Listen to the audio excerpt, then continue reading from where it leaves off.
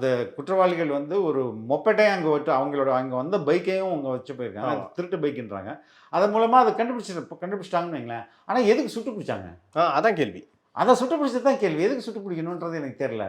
அது ரெண்டாவது, ஏற்கனவே அவங்கெல்லாம் கிரிமினல் ரெக்கார்ட் இருக்கிறவங்க, அவங்கள எடுத்துகிட்டு போய் வைக்கிறது.